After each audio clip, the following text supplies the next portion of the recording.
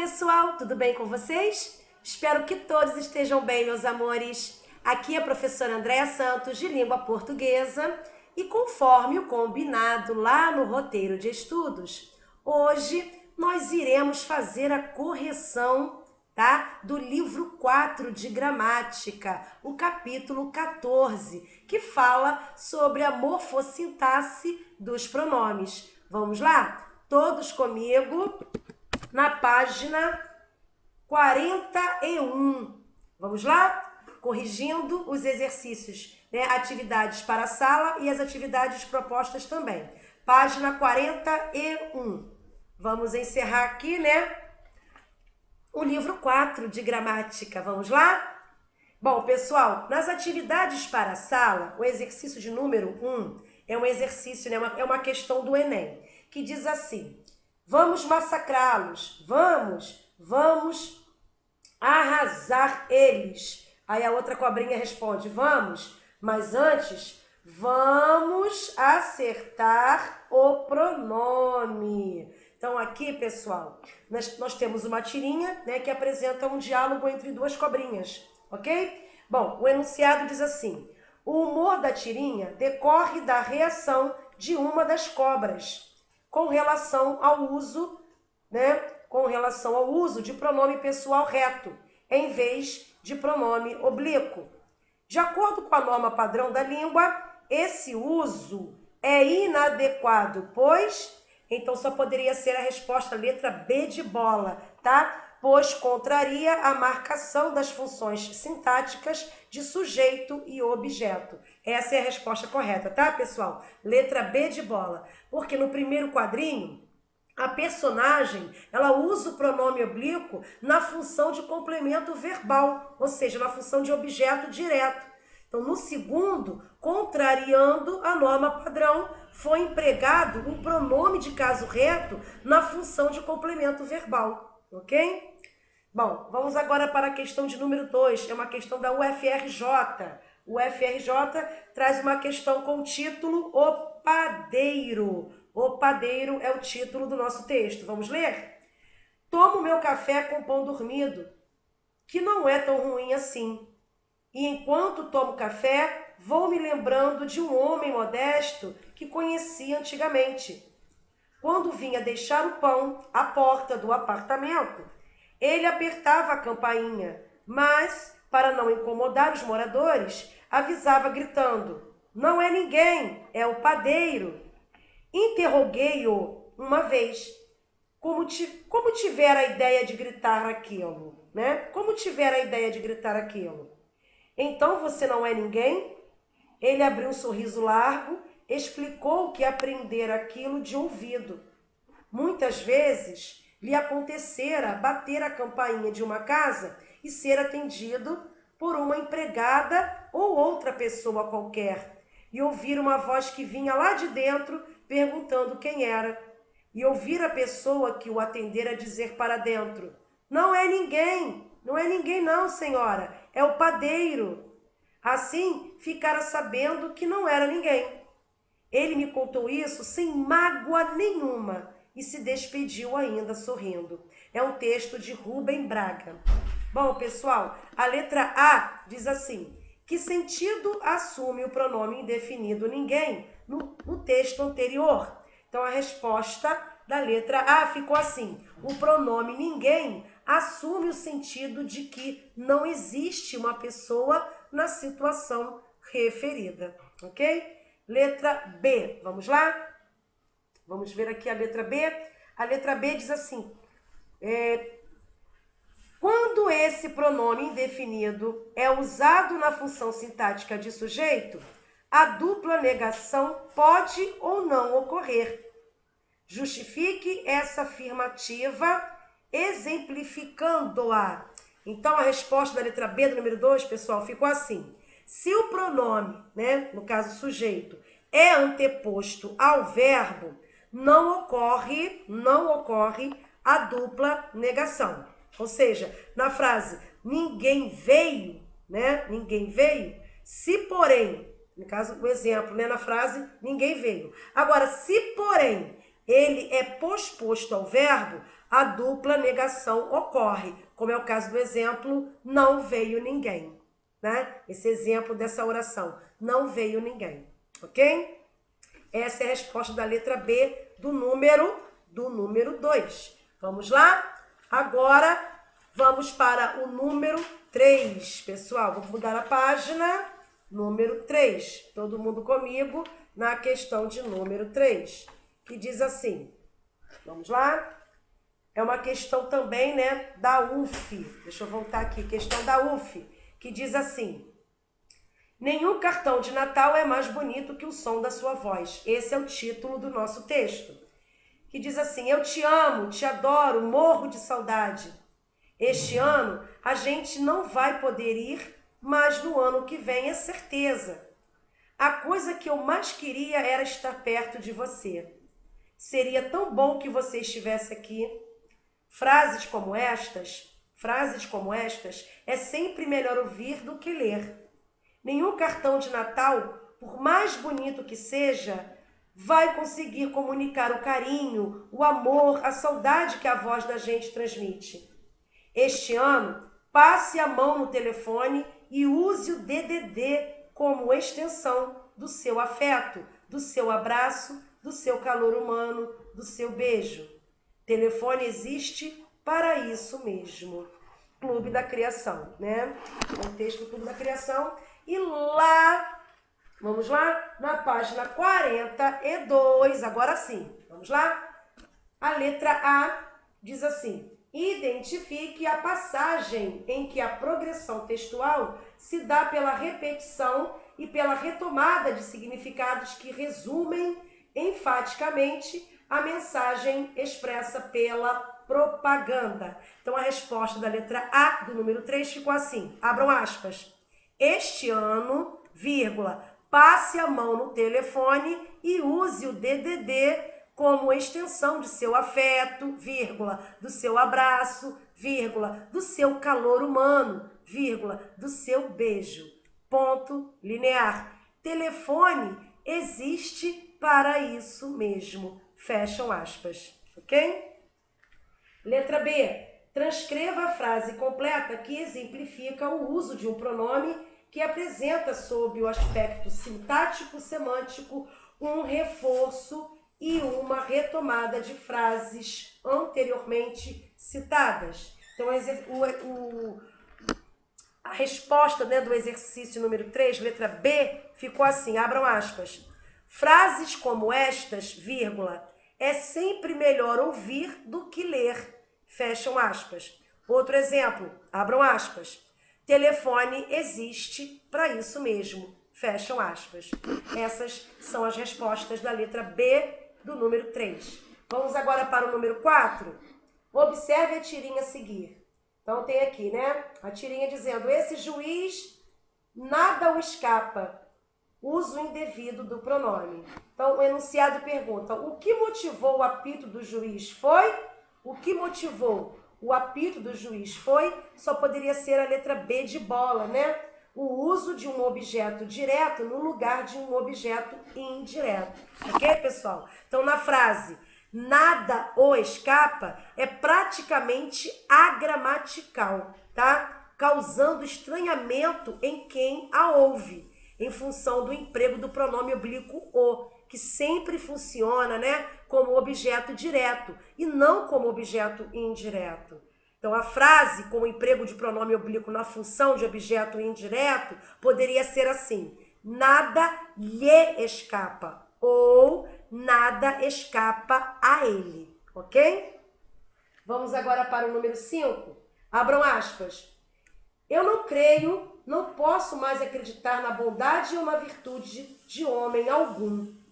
Todos são mais ou menos ruins, falsos e indignos. Há, porém, alguns que, sem dúvida, com o fim de ser mais nocivos aos outros e para produzir maior dano, têm o merecimento de dizer a verdade nua e crua. Fecham aspas. Bom, no trecho anterior, vamos ver aqui, nós temos 3 afirmativas. Algum e alguns são pronomes indefinidos. Número 2. Alguns é sujeito do verbo haver. Número 3, algum equivale a nenhum. Bom, assinale a alternativa correta sobre as assertivas. Então, a resposta do número 5 é a letra D de dado, tá, pessoal? Podem marcar a letra D de dado. Apenas a 1 e a 3 são verdadeiras, ok? Vamos agora para atividades propostas. Vamos lá? Atividades propostas. Nós temos aqui o exercício do número 1, questão da Unesp, que diz assim: Sócrates, ele vai falar agora, tá? Ele vai falar agora, é a fala do Sócrates. Pois bem, não é necessário que o orador esteja bem instruído e realmente informado sobre a verdade. É uma pergunta. Pois bem, não é necessário que o orador esteja bem instruído e realmente informado sobre a verdade do assunto de que vai tratar? Aí Pedro responde: a esse respeito, Sócrates, ouvi o seguinte: para quem quer tornar-se orador consumado, não é indispensável conhecer o que de fato é justo, mas sim o que parece justo para a maioria dos ouvintes, que são os que decidem. Nem precisa saber tampouco o que é bom ou belo, mas apenas o que parece tal, pois é pela aparência que se consegue persuadir e não pela verdade, né? Um texto de Platão. Bom, o enunciado diz assim: nesse trecho da tradução da fala de Fedro, né? Observa-se uma frase com estruturas oracionais, tá? Então, nesse trecho da tradução da fala de Fedro, observa-se uma frase com estruturas oracionais recorrentes e, por isso, plena de termos repetidos, sendo notável, a este respeito, a retomada do demonstrativo o e do pronome relativo que, né? Na passagem, o que de fato é justo, e na passagem também o que parece justo, e na passagem os que decidem, e também na passagem o que é bom ou belo, o que parece tal. Então, em todos esses contextos, o relativo que exerce a mesma função sintática nas orações de que faz parte. Indique essa função. Então, a resposta aqui do número 1, pessoal, só poderia ser a letra A, tá? Sujeito, exatamente, tá? Então, aqui nós temos a resposta correta, podem marcar a letra A. Vamos agora para o número 2. Assinale a alternativa em que houve erro no emprego do pronome, consistente na troca, né, de o por lhe ou de eu por mim, ou vice-versa. Então, a resposta do número 2 só poderia ser a letra E, tá bom? Eu lhe convidei para a festa e não o perdoo por você ter faltado, ok? Bom, número 3, né? Nós vamos pular aqui a resposta do número 3, tá? Nós temos um texto da Sim a Vitória, a resposta é a letra E, alternativa E, tá, pessoal? E agora vamos ler o número 4, vamos lá? Vamos fazer juntos aqui o número 4, que diz assim: o meu fim evidente era atar as duas pontas da vida, né? Então, o meu fim evidente era atar as duas pontas da vida e restaurar na velhice a adolescência. Pois, Senhor, não consegui recompor o que foi nem o que fui. Em tudo, se o rosto é igual, a fisionomia é diferente. Se só me faltassem os outros, vá. Um homem consola-se mais ou menos das pessoas que perde, mas falto eu mesmo, e esta lacuna é tudo. O que aqui está é, mal comparando, semelhante à pintura que se põe na barba e nos cabelos, e que apenas conserva, né, o hábito externo, como se diz nas autópsias, né? O interno não aguenta tinta. Uma certidão que me desse 20 anos de idade poderia enganar os estranhos, como todos os documentos falsos, mas não a mim. Os amigos que me restam são de data recente. Todos os antigos foram estudar a geologia dos Campos Santos. Quanto às amigas, algumas datam de 15 anos, outra de menos, e quase todas creem na mocidade. 2 ou 3 fariam crer nela aos outros, mas a língua que falam obrigam muita vez, né? Mas a língua que falam obriga muita vez a consultar os dicionários, né? No caso, muitas vezes, né? Não muita vez, aqui tá estranho. Muita vez, bom, aqui no texto está muita vez, né? Obriga muita vez a consultar os dicionários e tal frequência é cansativa. Bom, aqui nós temos um trecho retirado da obra de Dom Casmurro, né? Do livro Dom Casmurro, de Machado de Assis. Então, o termo destacado, vamos lá? O enunciado diz assim: o termo destacado, contração da preposição em com o pronome reto ela, retoma um outro de mesma função sintática, cujo núcleo é... Então, a resposta aqui do número 4, pessoal, só poderia ser a letra B de bola, tá? Mocidade, é o termo mocidade, tá? Por quê? Porque o pronome retoma o termo mocidade aqui, né? Vocês podem observar que o pronome retoma o termo mocidade do período anterior, tá? O núcleo do sintagma preposicionado, né? Na mocidade. Então, ambos os termos têm a mesma função sintática, né? Eles são objetos indiretos, ok? Bom, aqui na questão número 5, nós vamos pular a questão número 5. Vamos agora para a página seguinte. Vamos lá? A página seguinte, nós vamos fazer o exercício de número 6. Vamos lá? Que diz assim: reescreva 2 vezes a passagem a seguir, sem alterar-lhe o sentido, de modo que sejam substituídos os termos em destaque, evitando-se a repetição. Então, abram aspas. Diz o historiador, olha aí, ó, diz o historiador haver no país um convívio pacífico entre explorados e exploradores. Ocorre, porém, que enquanto os explorados vivem em condições de pobreza, às vezes até de miséria total, os exploradores passeiam sorridentes pelos shopping centers, né, pelos shopping centers à procura de supérfluos, tá bom? Então, eles passeiam sorridentes pelos shopping centers à procura de supérfluos. Fecham aspas. Bom, a resposta do número 6, pessoal, vamos lá? A primeira reescrita pode ficar assim, ó. A primeira reescrita. Ocorre, porém, que, enquanto aqueles vivem em condições de pobreza, às vezes até de miséria total, estes passeiam sorridentes pelos shopping centers à procura de supérfluos, ok? Bom, a segunda reescrita também pode ficar assim.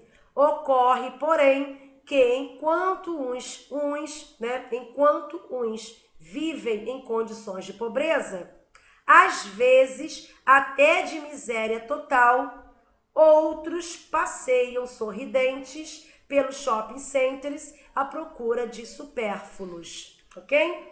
Essa é a resposta número 6.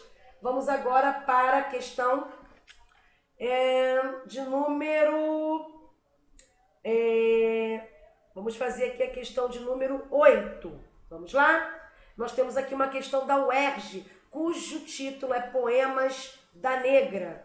Né? Você é tão suave, vossos lábios suaves vagam no meu rosto, fecham o meu olhar, sol posto. É a escureza suave que vem de você, que se dissolve em mim. Que sono! Eu imaginava duros vossos lábios, mas você me ensina a volta ao bem. É um texto de Mário de Andrade, tá bom, pessoal? É um texto de Mário de Andrade e agora nós vamos ler um enunciado que diz assim: a estrofe que vai de eu imaginava até a volta ao bem em Poemas da Negra, de Mário de Andrade, estabelece um contraste entre as expectativas do poeta sobre a amada, né, e a vivência concreta do contato com ela. Então, explique como esse contraste se evidencia.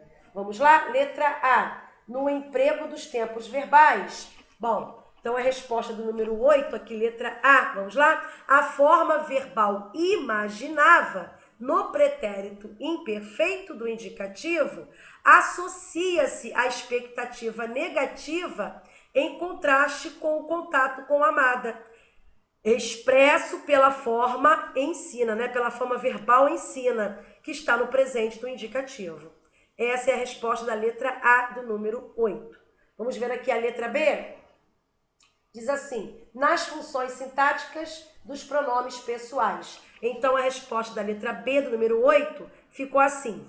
Os pronomes pessoais invertem as funções sintáticas. Quais são elas? Eu, né? No caso, o pronome pessoal eu é sujeito, né, do verbo imaginar, tá? E me, o pronome me é complemento verbal, né, do verbo ensinar. Essa é a resposta da letra B, tá bom, pessoal? O número 8, ok? Vamos agora para a questão número 9, uma questão da Unicamp. O partido X dedica-se a essa atividade mais do que nunca. Ocorre que ainda está longe do desejado, seja por falta de vontade, de vocação ou de incapacidade do partido. Entre outras razões, é por esse motivo que o dólar sobe, né? É o texto de Fernando Rodrigues. Então, o enunciado diz assim, na primeira oração ocorre uma palavra, né? Entre parênteses, um pronome, que permite concluir que o trecho não é o início do texto de Fernando Rodrigues. Qual é a palavra e por que sua ocorrência permite tal conclusão? Então, a resposta do número 9 ficou assim. Trata-se do pronome demonstrativo essa, tá? Da frase, da passagem, essa atividade, né? Referindo-se a um elemento anterior do texto, né? O que permite concluir, né, que a atividade em questão já foi mencionada, ok? Bom, pessoal, a questão de número 10, nós temos um texto aqui para a gente ler. Vamos lá? Bom, Mário Sérgio Cortella, em sua coluna mensal, chamada Outras Ideias, escreve: reconheça-se, a maior contribuição de Colombo não foi ter colocado um ovo em pé ou ter aportado por aqui depois de singrar mares nunca dantes navegados. Colombo precisa ser lembrado como a pessoa que permitiu a nós, falantes do inglês, do francês ou do português, que tivéssemos contato com uma língua que do México até o extremo sul da América é capaz de nos ensinar a dizer nosotros em vez de apenas we, nós, nós, afastando a arrogante postura de nós de um lado e do vocês do outro. Pode parecer pouco, mas nós é quase barreira que separa, enquanto nosotros exige perceber uma visão de alteridade, isto é, ver o outro como um outro e não como um estranho. Afinal, quem são os outros de nós mesmos? O mesmo que somos para os outros, ou seja, outros. Então, aqui é um texto, né? É um texto de Mário Sérgio Cortella. Ok, pessoal? Bom, vamos lá? O texto anterior nos faz pensar na distinção, né? O texto anterior nos faz pensar na distinção entre um nós incluso e um nós excludente. Letra A. Segundo o excerto, nós outros da língua espanhola apresenta o sentido inclusivo. Justifique essa afirmação com base na morfologia dessa palavra. Então, a resposta da letra A ficou assim, pessoal. Segundo o fragmento, o vocábulo nosotros aponta um sentido inclusivo, marcado por um aspecto de alteridade, o que se pode verificar em sua composição, né? Uma vez que não se diz nós sem dizer outros, tá? Letra B.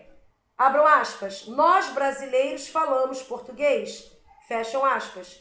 Apresenta um nós excludente. Explique. Então, a resposta da letra B, pessoal, ficou assim. O nós, né? O nós dessa ocorrência é excludente, por um lado, tá? Porque separa os brasileiros, né, dos cidadãos de outras nacionalidades, tá? Então, em relação à nação brasileira, né, por outro lado, o nós pode ser interpretado como excludente, porque nem toda pessoa, né, de nacionalidade brasileira, né, fala necessariamente a língua portuguesa. Então, assim, né, pelo que o autor afirma aqui no trecho em questão, né, seria possível interpretar, né, a consideração de que um brasileiro que não fala a língua portuguesa deixaria de ser brasileiro, ok? Então essa é a resposta do número 10 da letra B, tá bom, pessoal? Então nós encerramos aqui, né, mais uma correção dos nossos exercícios, encerramos o livro 4 de gramática, tá bom? Não esqueçam de colocar os nomes e as turmas aqui nos comentários para que eu possa marcar a presença de todos vocês, tá bom, meus amores? Fiquem todos com Deus, um grande beijo e até o próximo vídeo. Tchauzinho, pessoal!